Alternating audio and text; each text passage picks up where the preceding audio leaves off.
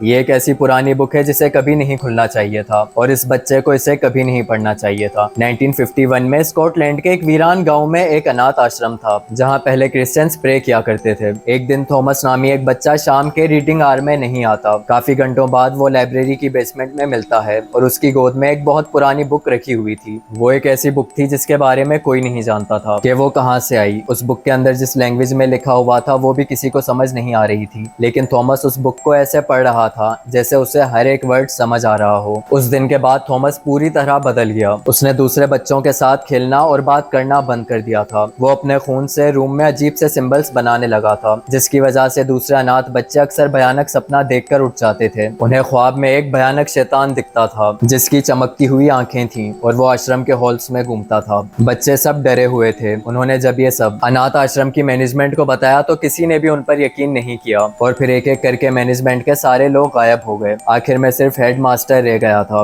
वो कांपते हुए लाइब्रेरी की बेसमेंट में जाने की हिम्मत करता है। हेड मास्टर को वहां थॉमस दिखता है और उसकी गोद में वही पुरानी बुक रखी हुई होती है, लेकिन इस बार थॉमस की आंखें किसी शैतान की तरह पूरी काली हो चुकी थीं। हेड मास्टर ने बेहोश होने से पहले थॉमस की आवाज सुनी। थॉमस कह रहा था, उसने मेरे अंदर तक झांक लिया है, वो जानता है कि तुम कौन हो। अगले दिन आश्रम खुद ब खुद गिर जाता है। जब आश्रम गिरता है तो उसके अंदर से एक कब्र निकलती है जिसकी तख्ती पर नाखून से स्क्रैच करके ये लिखा हुआ था, अल्फाज ही दरवाजा हैं।